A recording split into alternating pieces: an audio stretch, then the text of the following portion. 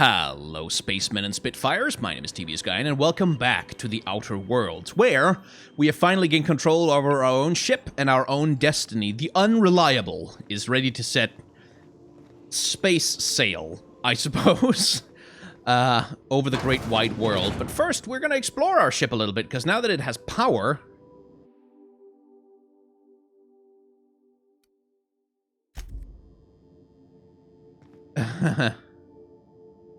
Ow, Jesus Christ. Now that it has power... Okay, I guess I can store stuff there. I can also explore all the rooms in the ship, because they were locked off from me before. It's a reminder of, what we did in Edgewater. Adelaide's deserters dreamed of an independent life without board oversight. You taught them an important lesson. Never dream. Oh, God, that hurts. Make yourself at home, Captain. Like, that genuinely quite hurts. 'Cause it's not wrong, I made them fucking go back.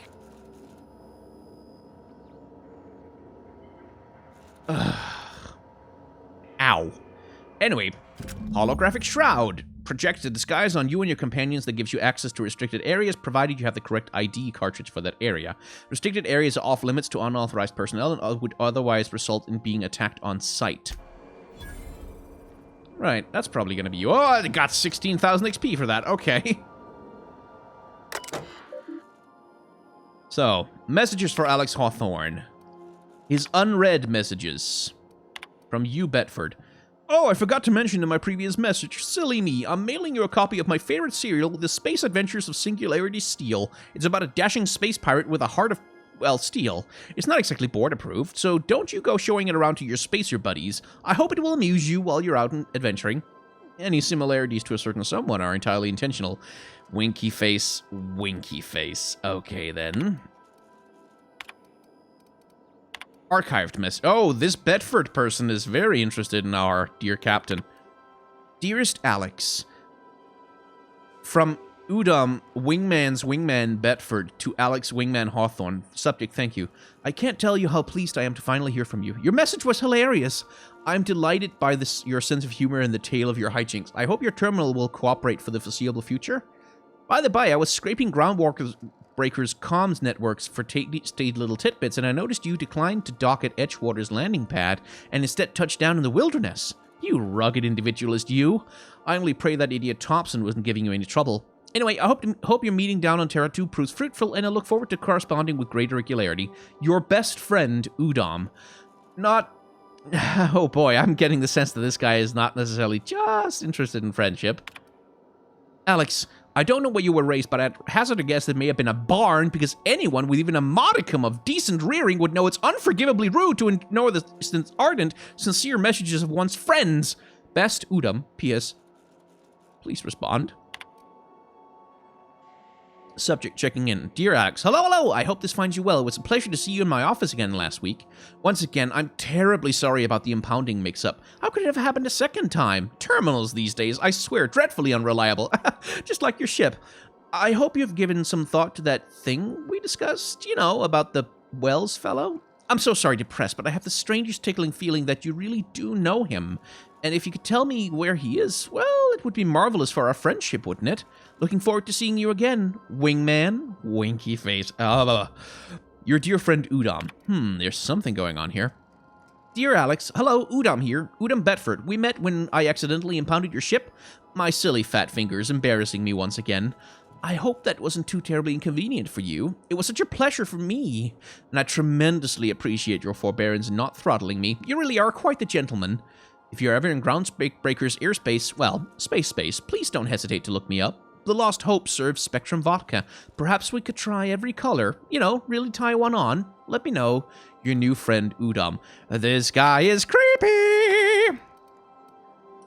So, logs. Log entry 1, Shrink Ray. Note to self, remember this later. No, better. Ada, remind me weekly to check this log until I tell you to stop. Yes, I mean continually. No, Ada, not if I'm dead. Why would you even ask me that? Back to my point. I saw in actuality with my own 2 eyes a sublimely powerful weapon in Wells's lab, just sitting there for the taking. If the gray hair were to look away, or forget about it maybe, or if I had asked a smidgen more nicely. He called it a shrink ray, but wouldn't let me test that claim after I lost my temper. Said he was inspired to create the thing by the achievements of other scientists who dared to push the boundaries of human knowledge and decency laws. I had heard rumors of fantastical weapons like this one, weapons that push the boundaries of the mind and science's cutting edge, but I figured they were just stories, to be honest. Laying eyes on Welsh's shrink ray firsthand is enough to make a fellow wonder if there's more to the rumors. More to be had. Hammer power. The last time I got sloshed, I was imbibing on at the Lost Hope on the Groundbreaker. Look, Udom was really free with the drinks. He seems like an okay fella. I shamelessly but subtly eavesdropped on 2 young Mardettes yammering on about a mad scientist some years back who claimed he made a huge discovery that would change the fate of the colony. Like none of us have ever heard that one before. But here's the good part. The Mardettes said that the mad scientist kept yelling about the hammer's power or something similar. A strange weapon with a special power created by a crazy lab coat? Sure fits the bill. It could be another one of the weapons that inspired Wells. Black market leaves. Why won't Wells just give the shrink ray to me? Blast him to the depths of the labyrinth of Tartarus and back. Let the record show I did apologize for shutting him down 5 times, but architect be damned, it's just sitting there, neglected and gathering dust. Should have commandeered it and thanked him without asking permission, or, well, breaking expensive equipment when he said it wasn't ready yet, and that even if it were, he wouldn't entrust it to someone like me. What does that even mean, I asked? That I'm not trustworthy enough? That I'd use it to wipe out the good, hardworking folks of the colony like some sort of moralless psycho? I'll admit to maintaining some questionable associations, but I follow a strict code of me, myself, and mine. What's not to respect in that? Exactly. Now, I have to wait until Wells forgets or thinks he's misplaced it. In the meantime, I've been tracking down additional rumors pertaining to others of these science weapons throughout Halcyon. If gossip holds true, my next step will be to check with the black market merchants on Groundbreaker and in Fallbrook. Well, Mr. Hawthorne, weapons from the void, is it? Acquire Phineas' science weapon, acquire the science weapon on Groundbreaker. So these are special weapons, I take it, that can do special stuff. Like shrink things! Which seems fun.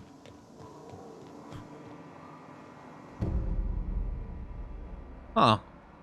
There's no response from the automechanical unit. A serial number etched in its chassis includes the letter SAM. Let's ask Ada about that. That looks a little ominous, doesn't it?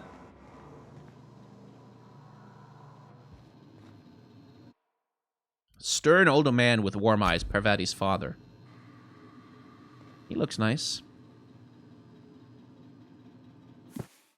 This book is heavily dog-eared with doodles in the margins. The modern steel wrench and you.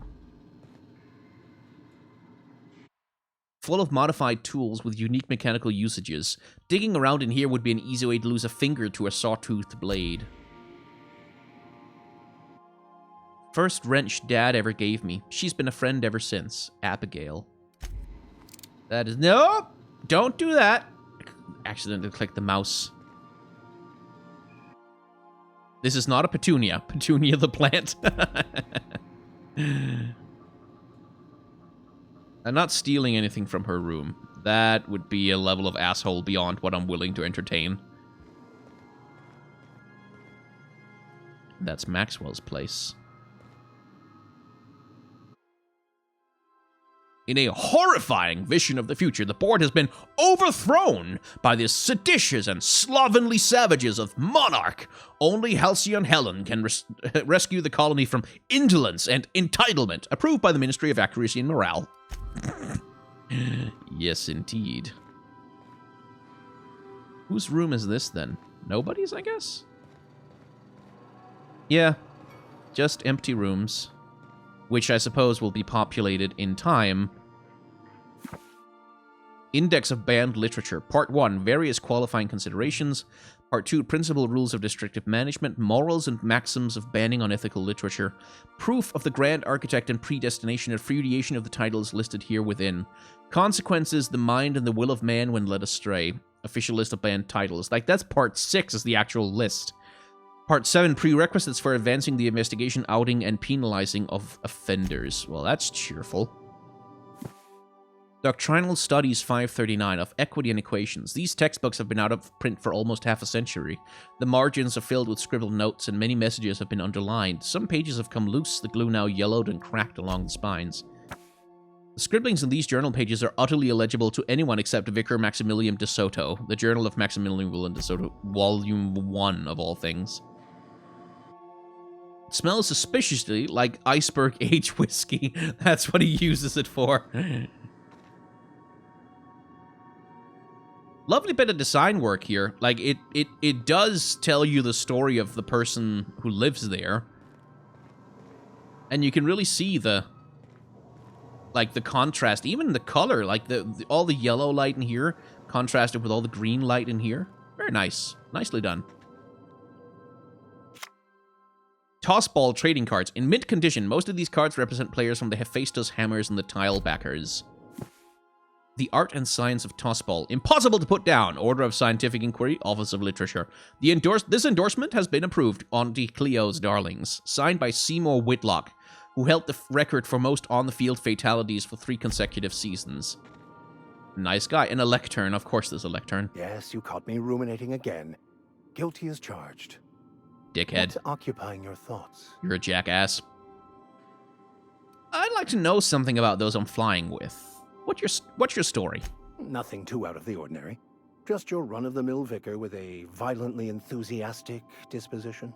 Nothing out of the ordinary. Violently enthusiastic disposition? That's what my parents called it. I grew up in a pit of a town much like Edgewater.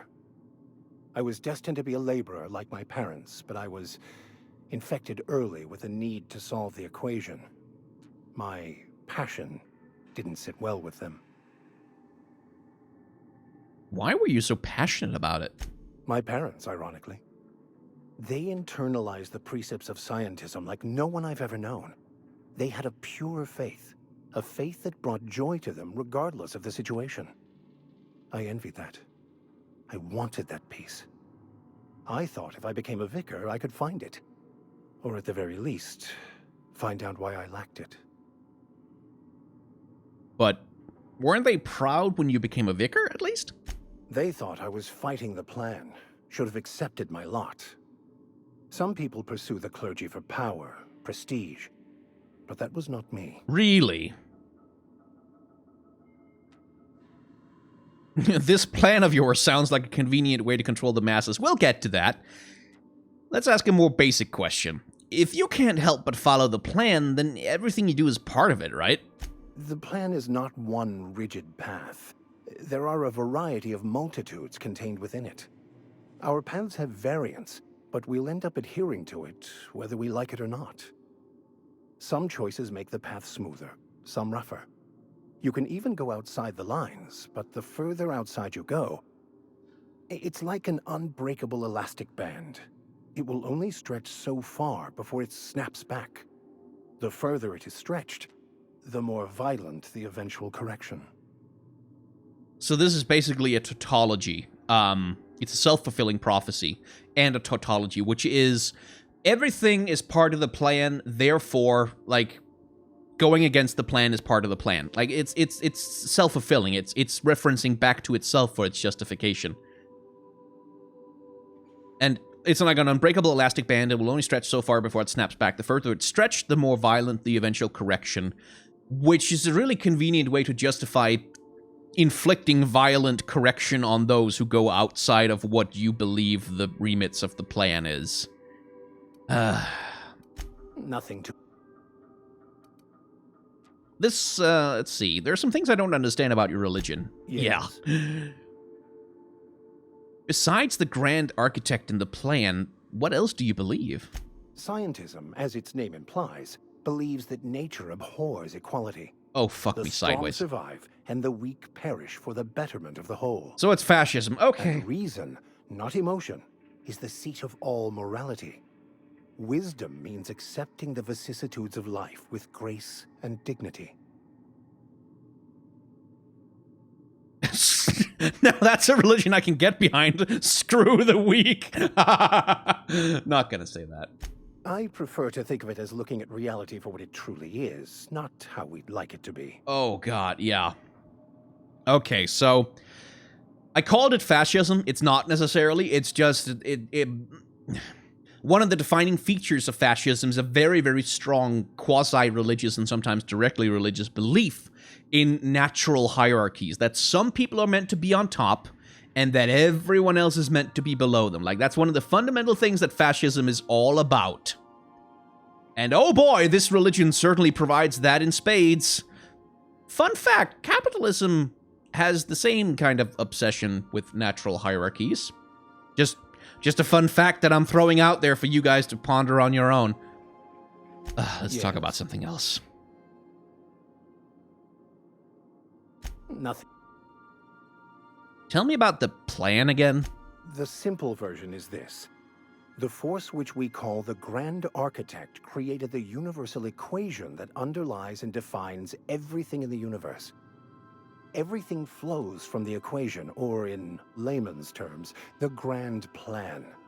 Is the Grand Architect a consciousness? A natural force? Did it create the equation on purpose? The answers to these questions don't really matter. The equation, the plan, They do is matter. all that matters. Contentment is found by accepting one's role in the plan. That's a convenient way to control the masses.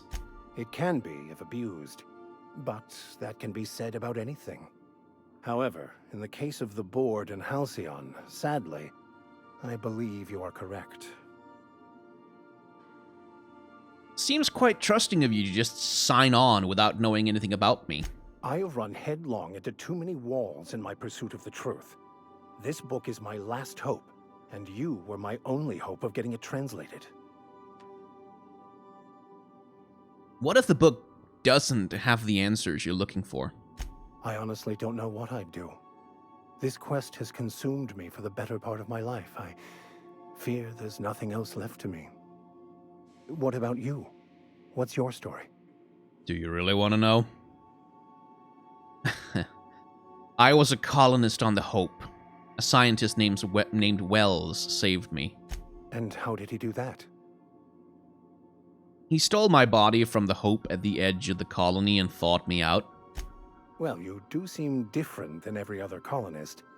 Let's pretend for the moment I believe you. What are you going to do now? Well, I'm helping him recover more of the chemicals he needs to save the rest of the colonists. That seems a dangerous proposition. Why risk your life now that it's been returned to you? Honestly? Just because it's the right thing to do. A commendable attitude. Yeah, fuck off. Tell me about the book we picked up that's in French. Baconu, the author, had some interesting theories about man's perception of reality that I I think thought that's a could be repeated applied line. to our attempts to decipher the plan. Unfortunately, he was also one of the founders of the Remind me, what are your thoughts on the philosophists? Philosophism's a false religion, but Okay, so that's all repeated. Any idea where we can find someone who speaks French in this colony? I've been thinking on that. There's a former infamous philosopher scholar who fled Terra 2 some years ago. He's an expert on Baconu. He's also who told me of the journal's presence in Emerald Vale. If anyone in this colony could translate that book, it would be him.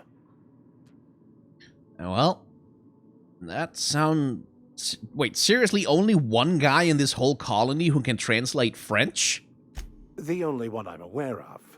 I suppose we could always just ask random passers-by if they are fluent in it. Ah ouais. Je parle un petit peu de français, mais... Ah ouais. Hey, I'm the captain here. Only I get to be a smartass. 1,000 pardons, my good captain. I thought we were engaging in witty repartee.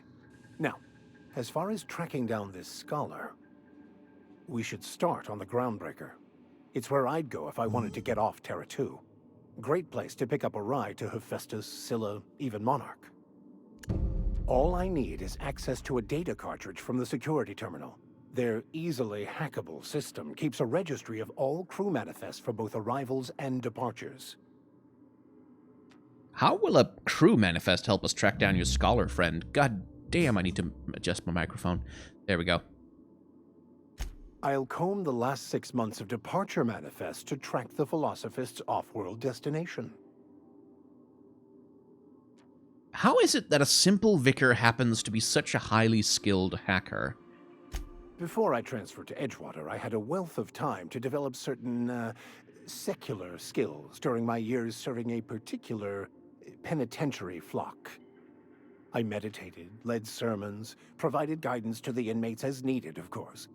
I also played prison yard tossball and taught myself a bit about computronic security systems. Well, sounds good. Let's go. Thank you, Captain.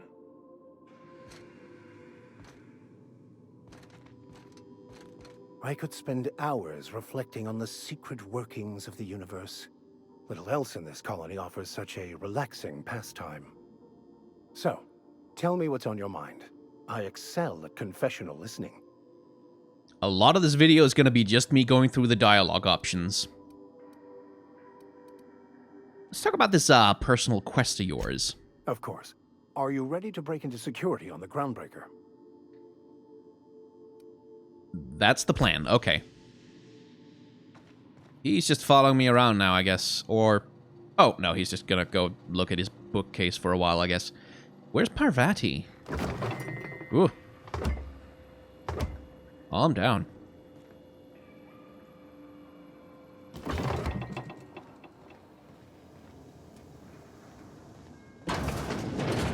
Oh, bathroom. La da da da da da da. Right, we need to ask Ada about that robot. 'Cause it's freaking me out. Thinking of tinkering at the workbench? I used to love watching Alex work. Now I like watching you. Please don't.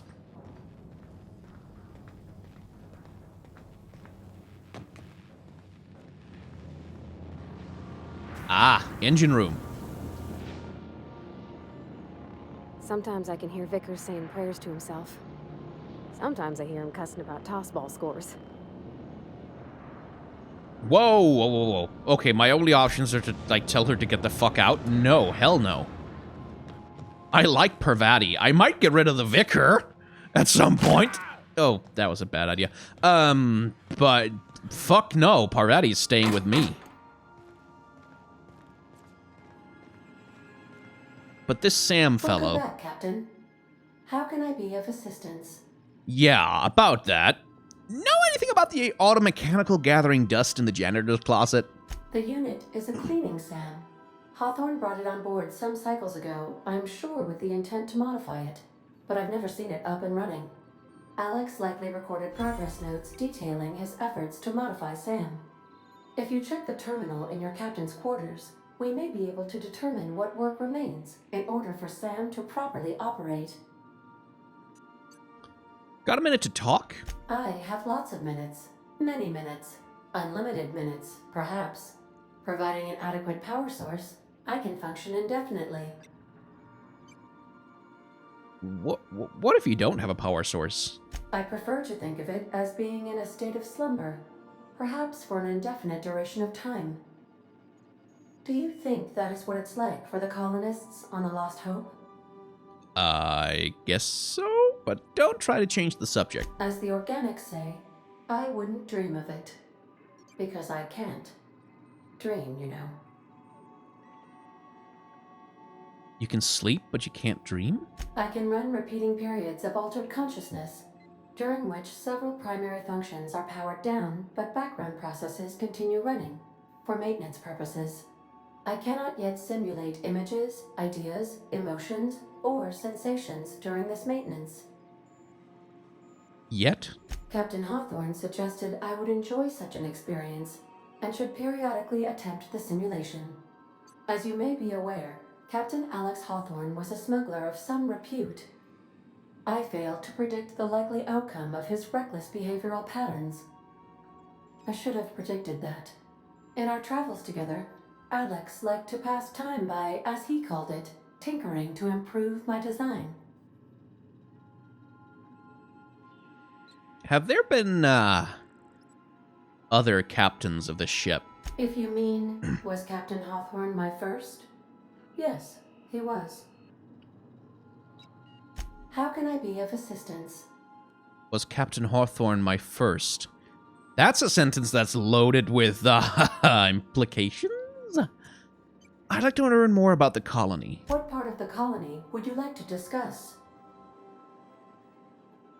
Terra 2. Where in Terra 2? Emerald Vale and Edgewater. Edgewater is the sparkling county seat of Emerald Vale, or it was when first built. Since then, neglect and time have worn away her shiny veneer. The town is near the coordinates where Captain Hawthorne died.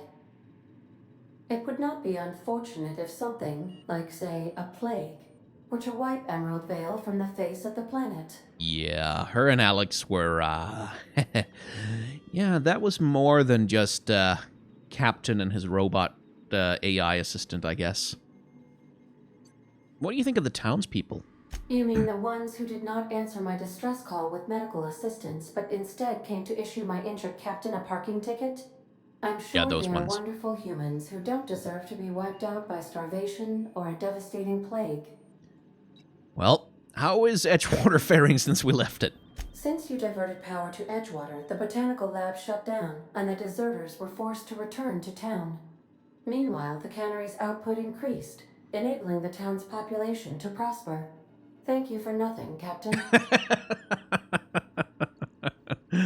What would you have had me do? Kill everyone? I cannot say. First, I need to adjust my memory interpretation sensors, but I think my answer is yes. Well, can't, I wonder if that's an option. Right. I wanna ask about somewhere else. Of course. What part of the colony? Let's talk about Phineas's orbital lab. Yes. As Dr. Wells is a wanted outlaw, he built his laboratory into an asteroid. Orbital destinations can be challenging to land on. His more so than most. What do you know about Phineas? Oh, no, why is that, actually? The outlaw scientist known as Dr. Phineas V. Wells has taken a measure of precautions to make the lab undetectable to those hunting him.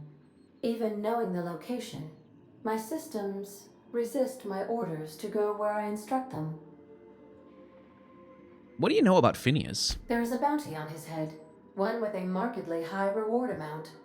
Shall I engage the laser weapons system? No, do not do that. A sensible choice, as we do not have any laser weapons.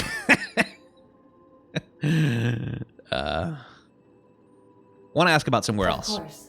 What part of the colony would you like to discuss? The Groundbreaker. We're cleared to dock with the Groundbreaker if that's your desired destination. If we're going there, please be sure all docking forms have been filed in triplicate and fees have been paid. The Mardettes take their docking laws quite seriously. You can take care of that for us, right? I can, yes. Let me add that to my list of 1,435,498 tasks I am simultaneously executing in order to run our ship. Thanks, Ada. Great, thanks. You are more than welcome, Captain. Well, give me the spiel on the Groundbreaker. The Groundbreaker was Halcyon's original colony ship. It has since been repurposed as a service station in the Lagrange point of the system. Oh, Lagrange points. Traders often deliver or pick up goods from the Groundbreaker en route to other destinations. The city ship hosts an array of cargo bays, factories, housing sections, and more. Many of Halcyon's companies maintain office spaces with stationed representatives in what is considered a truly neutral territory within the system. I have filed the required docking forms in triplicate, and fees have been paid. Okay, I want to ask about Of somewhere course. else. What part of the Monarch. Where in Monarch? Stellar Bay? Ah, Monarch. The armpit of the Halcyon system. Her last functioning port town is Stellar Bay. Well, that is if you don't count Sublight's Smuggler's Port at Fallbrook. Smuggler's Port? It's Sublight run for the purpose of shipping contraband, and before you ask, I don't know the coordinates, so I can't dock us there. Why is Monarch being blockaded? I believe it has something to do with the planet being an uninhabitable wilderness, and a lawless land with no corporate presence. You may wish to survey the residents in Stellar Bay for additional data points. I like her lip. I want to ask about somewhere else. What Just a part sec. Where in Cascadia. Warning. All colonists are urged to reconsider travel to Cascadia due to infestation of mantisaurs and risk of indefinite detention or death.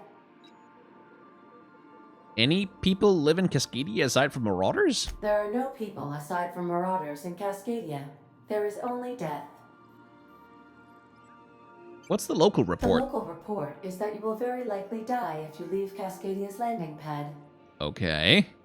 Sounds, dangerous? This is one of those times where you say one word but really mean another, isn't it? I suppose you would find an environment like this fun. I might. Let's talk about something else. How can I be of assistance? I don't know. Let's see. I'm in the mood for some entertainment. Certainly, Captain. What would you like to hear? What can I hear? Ada, tell me a joke. My violence inhibitors are a joke. No, really. I only keep them enabled because of how funny they are. Ada, play my favorite song. Now playing a Spacer's Choice advertising. Oh, fuck jingle. no! It's not the best choice. It's Spacer's choice. That's, not my favorite song. Everyone in Halcyon is contractually obligated to label this or another board-certified jingle their favorite song. Oh my god. That's enough for now. As you wish, Captain. I must comply with all direct orders. Talk to you later, Ada. Goodbye. I like her. Okay. Back to the captain's quarters to scour the terminal for some clues about Sam. Search term, Sam. First Sam results. Experimental note 01695. Do not forget, you found a discarded sanitation and maintenance automechanical in Emerald Vale scrap heap during your last job. It should not be too difficult to get it up and running. With a few key modifications, I can envision a combat-capable variant. Some might say a, clean, mean killing machine. Should be fun. Experimental note. Removal of factory standard Suds Steeper was successful. Delivery of combat-modified replacement part Acid Steeper has been delayed. Progress setback is estimated to now be a solid 3 months. Not like I have more pressing matters to attend to. But I do. I'm giving up hope on delivery. The part is lost in transit and is not turning up anytime soon. But, good news. I heard from a fellow who knows a gal who knows the broker who overcharged me for the information regarding the location of an acid steeper I can, filch. The part was sent to an old storage facility in Roseway. I sure never thought I'd go back to that pit. Good thing Auntie abandoned it years ago. I'll pick it up following this next pit stop back to Emerald Vale. Wells wants me to chaperone some person of interest. Details to come later. Interesting. So.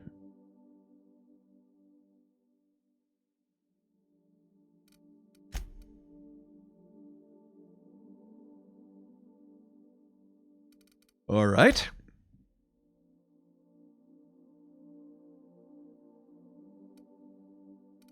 So I guess I can go to Roseway.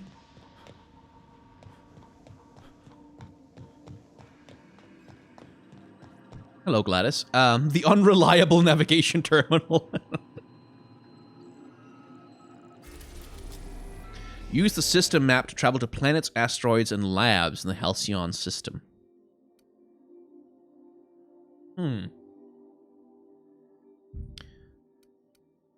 Okay, so that's Monarch, one of Olympus's many satellites. What should have been Halcyon's second habitable world has long since been abandoned to the board due to monstrous, ravenous creatures. Indeed. Can't go to Tartarus.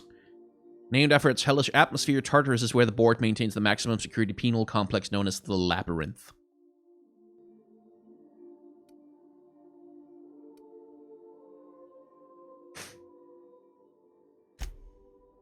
So can't go there. I'm on the Groundbreaker. I can go to Phineas's lab. An abandoned asteroid facility located in the Rings of Terra 2 repurposed into the experimental laboratory, living quarters, and hideout of Phineas Vernon Wells. Terra 2, an idyllic terrestrial planet. Halcyon's wealthiest elite live in the capital city Byzantium, while the colony's laborers live in corporate-owned townships along the frontier. That will be Edgewater, then. Typhon, uninhabitable icy planetoid, has nothing to offer the colony. Okay, indeed. And Scylla is just like, that's where you go to die, basically, apparently. So I don't have a lot of options available to me, but let's go to Phineas's lab to start with. Now, Welcome to the system map. Here you can see all the planets in the system as well as some special points of interest that you may have discovered. You can fly a ship to any location you have unlocked, though some landing base requires special codes and keys. Moving between planets is considered extremely dangerous and all employees are encouraged to remain home or at work. arriving at Phineas's top secret orbital lab.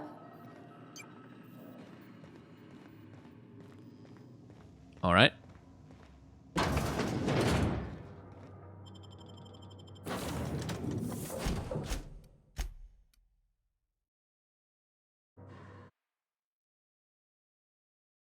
Huh. Hi. You're looking at me. Let's explore. Hello? Can you hear me? Does this work? Oh, damn it! Blast, that's loud. Hey, Phineas.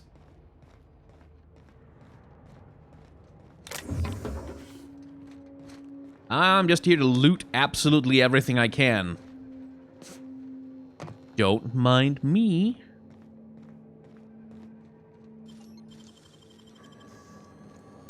You're an artist, Captain. Let's see. Well, it's a less powerful helmet, so... Can I go in here? No? Okay. La da da da da da da. Wonder if I can lower that at some point. I'm just securing my ongoing experiments. And securing myself.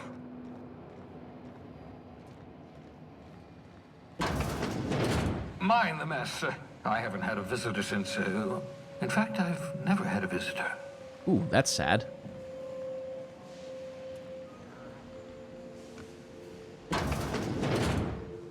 Hello, Phineas. Oh, thank the law. Your skin hasn't spontaneously changed color. Potential side effect of the revival process. Very rare, but you never know. Right. Welcome to my little habitation, such as it is. I've got caffeinoids, cysty bits, if you're into that sort of thing. So, welcome. Make yourself at home.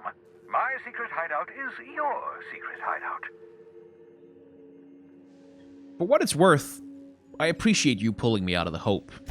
Not at all, my intrepid accomplice. I should thank you for tolerating my somewhat brusque manner. I only regret that I couldn't save more of your fellow settlers, what with being hunted by the board, and emptying my supply of necessary chemicals.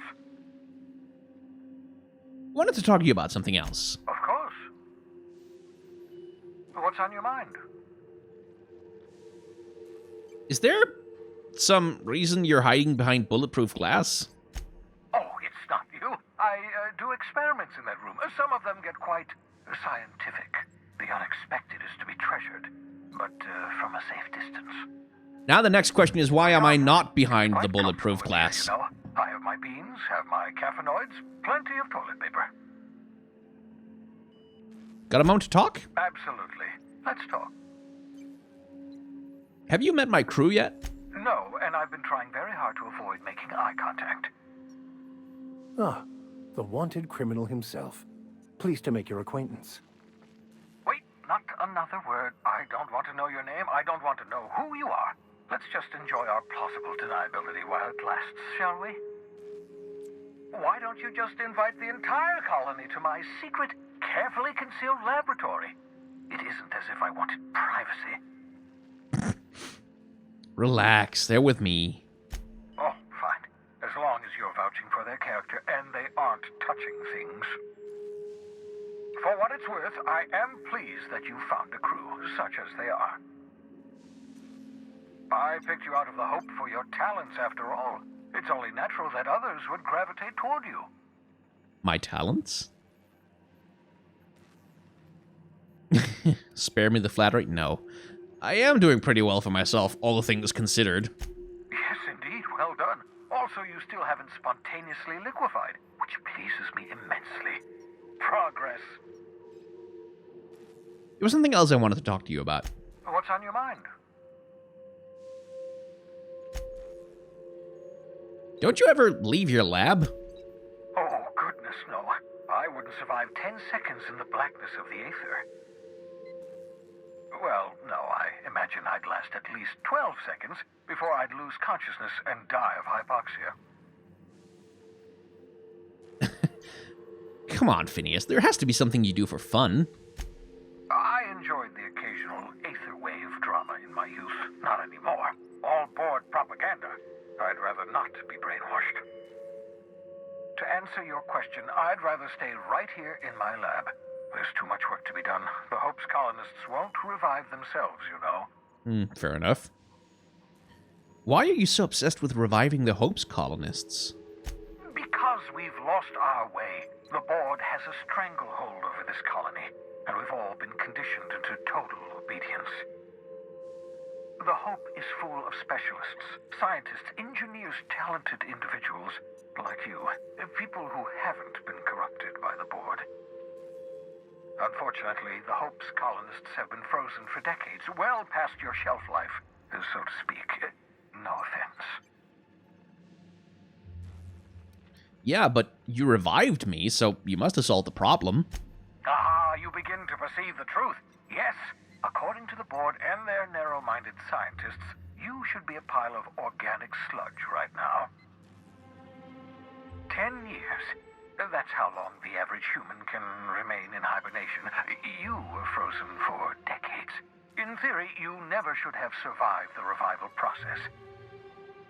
But the conventional theories are wrong. You're living proof that it can be done. There's yet hope for the Hope. Get it? Hope for the Hope. Well, I'm glad to hear that. Everyone on the Hope is depending on us. We'll do our very best to save them all. I hope so. I'd best get back to work. I can feel my last dose of caffeinoid fading.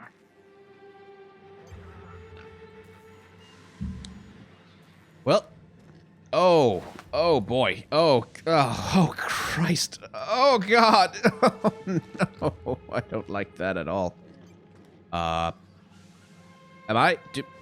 Should I do that? Let me just. Jock Weapons and R&D Department. Science weapons are unique weapons that have strange and powerful effects. Science weapons damage and the strength of their effects both increase as your science skill is increased. Oh. Aha! I see you found my portable molecular compression device, better known as a shrink ray. Find a target, point, shoot. Your target will shrink down into a manageable size, whereupon you may commence beating them to a pulp. Feel free to try it on a marauder sometime. Well, don't know what the previous Captain Hawthorne had trouble with. Phineas seemed perfectly accommodating to why does he have so many of them? Oh, why?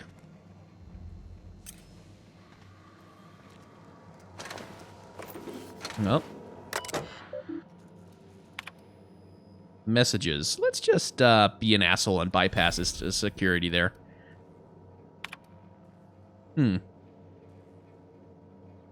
I worked it out. Explain details later. Will be difficult to reproduce. Need your help. All necessary materials should be present in Halcyon, but locations elude me. Dumped a new associate dirt side Terra 2 near Etchwater. They have a stake in my purpose, but trust in them only about 23.7% at the present. They're recovering a ship, should be along any time, just need to know where to send them. Let me know when you get this, eager to be done. So, Phineas doesn't fully trust me, huh? Oh, that's my communications terminal. Oh, yeah, careful. I'm not looking at it. Don't you be worried about that at all, my friend. Dumped a new associate, huh? Oh, why is one of them alive? It's called Bubbles. Okay, is that because his skin is full of bubbles? Why is his skin full of bubbles? Reminder, obscure body in the SK system.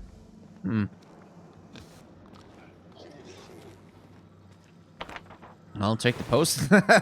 They're so ugly. They're full of cysts and stuff. What's this? Hibernation chamber. You spend over 4 decades in space with nothing but the technology of this little chamber keeping you alive. The rest of your fellow colonists are still trapped in similar chambers, waiting for you to restore them. Reviving you from hibernation was my greatest accomplishment.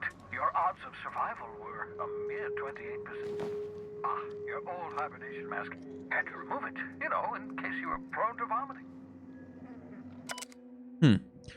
Raising core temperature over another 5 degrees centigrade over 1 hour. Dosage appears to be working. Slight diffs in process from process in cystipegs, not beyond expected boundaries.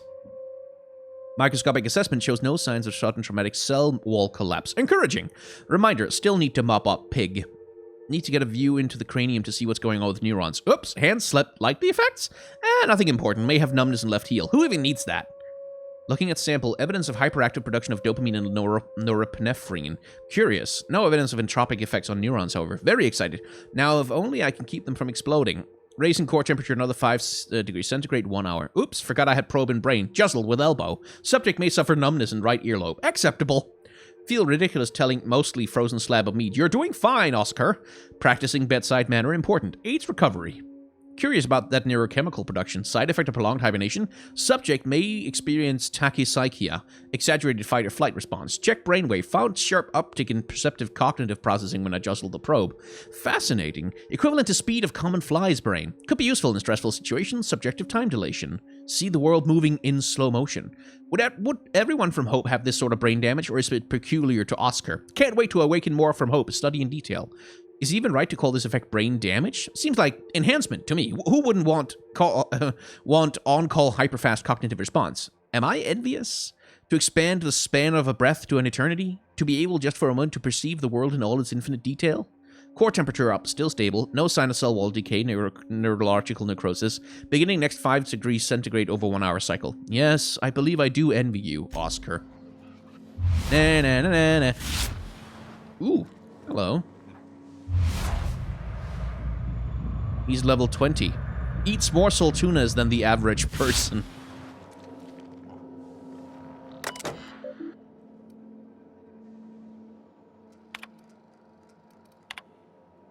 Frozen organic material reverts back to its original cell structure when treated with tincture of dimethyl sulfoxide. Rate of explosive cell death, a very respectable 6%.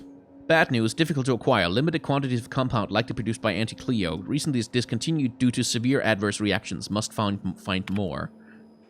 Artificial stasis successfully induced in cystopig specimen. Revivification complicated. Cystopig tissue returned to living state. Brain tissue had suffered from rapid nucleation. Attempting treatment. Treatment processing. Treatment failed. Brain damage irreparably damaged by rapid onset necrosis. Explosive cell death.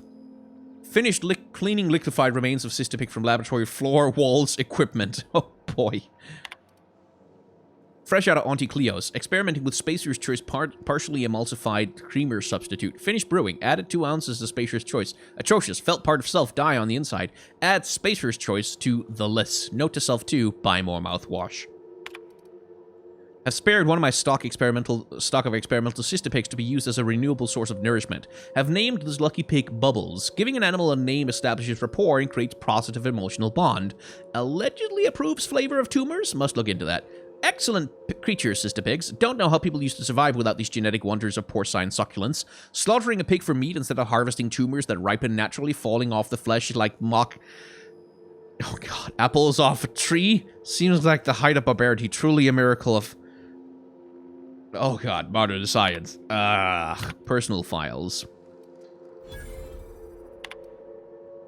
Have procured the services of one Captain Alex Hawthorne of the Unreliable. I hope he didn't name his ship after the quality of his services. I'll be sending my new accomplice down to Hawthorne via escape pod as soon as the revival process is complete. Hawthorne should make for an agreeable companion, or at least an acceptable chaperone. Law willing, he isn't a total buffoon. He's a little of a bit of a buffoon, because he got crushed by my falling escape pod. That was still funny. Okay, I think we've done all we can here, and it's been 50 minutes and we haven't really done anything new.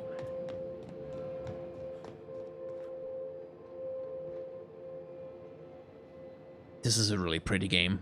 Like, just the colors, look at the greens over here, like, suffusing everything, and the blues and the grays. And then the bright, warm yellow light that leads you across the critical path, like with the yellow railings and stuff like that. Just lovely ambience, really. Anyway, seems there's nothing left to do here. So I guess we'll call this episode something along the lines of exploring the ship. Or just 12 million lines of dialogue. Because that's pretty much all this episode turned out to be, which I don't mind at all, and I hope you guys don't mind either. So, if you enjoy going through this post-capitalist hellscape with me, well, feel free to hit the like, comment, and subscribe buttons down below, and we will continue this playthrough yet another day in the future. It's going to be running side by side with my Final Fantasy VI playthrough, as well as Dark Souls 2, once we get back to that, Nier Automata. God knows what else I'm going to be putting on this channel. Monster Hunter on Saturdays, if you'd like to join me for that. There's instructions on that in the Monster Hunter videos. And, yeah, like, comment, subscribe. I have a Patreon, I have tip jars, I have a merchandise store. Avail yourself of those if you so choose, or not, depending on your preference. Thank you very much for watching.